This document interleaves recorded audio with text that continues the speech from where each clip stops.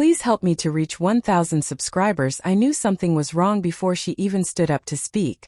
The room was warm with soft yellow light, the kind that makes everyone look kinder than they really are.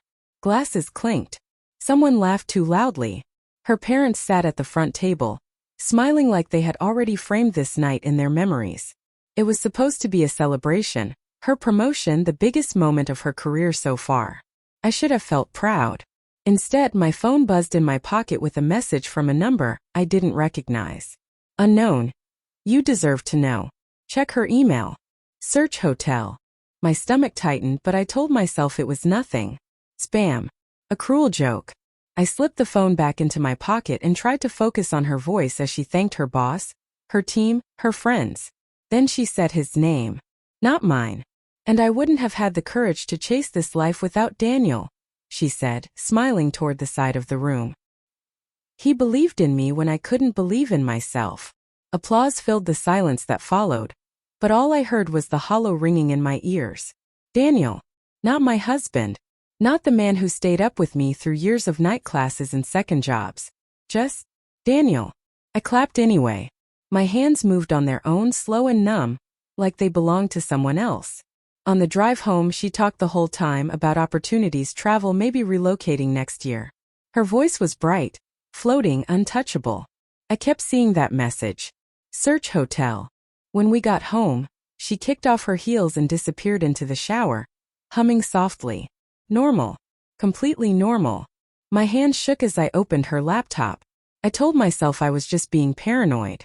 That I'd search, find nothing, and hate myself for doubting her. I typed one word into the email search bar. Hotel. Dozens of confirmations appeared. Weekdays when she said she was working late. Conferences that never existed. Rooms booked for 2. The most recent email was from 3 nights ago. Looking forward to seeing you again. Same room as last time. My chest felt tight like the air had turned solid. I scrolled further, hoping stupidly that I'd find an explanation. Instead, I found messages. Jokes.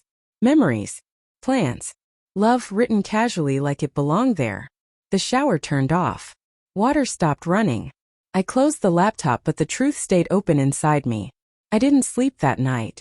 She curled against me like she always did, warm and trusting, her hand resting on my chest. I stared at the ceiling and tried to match this woman with the one in those emails. Every memory shifted. Every smile felt rehearsed. Every I love you echoed wrong. By morning, something quiet had broken inside me. Not loudly. Not dramatically. Just permanently. I called a lawyer during my lunch break. My voice sounded calm, almost polite, as I asked about options, timelines, paperwork.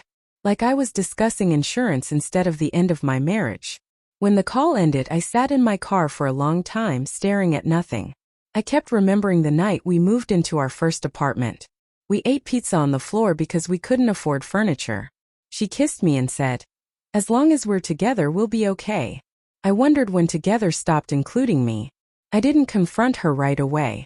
Part of me wanted her to tell me on her own. To choose honesty without being forced. Days passed. She laughed at dinner. She asked about my work. She kissed me goodbye every morning. And every moment felt like watching someone perform a role in a play only I knew was ending. The confrontation came quietly. No shouting. No broken plates. Just the two of us at the kitchen table, the lawyer's card between my fingers. "I know about the hotels," I said. Her face didn't change at first. Then the color drained slowly, like a sunset in reverse. "How long?"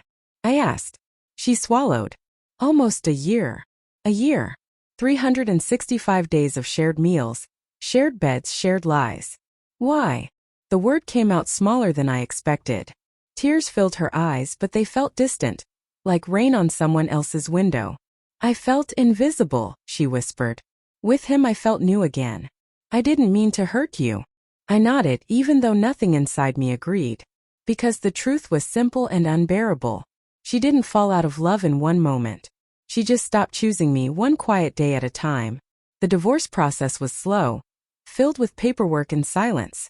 We spoke only when necessary, our words careful and fragile. The night I moved out, the apartment echoed. Boxes lined the walls where our photos used to hang. She stood by the door, crying softly. I never wanted to lose you, she said.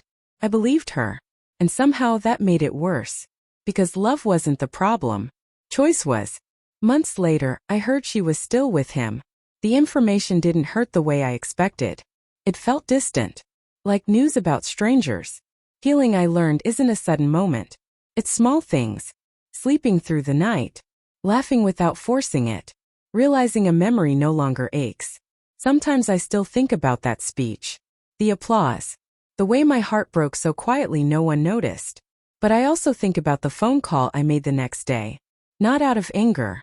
Not out of revenge. Out of something steadier. Self-respect. And in the end, that was the only answer that could save me.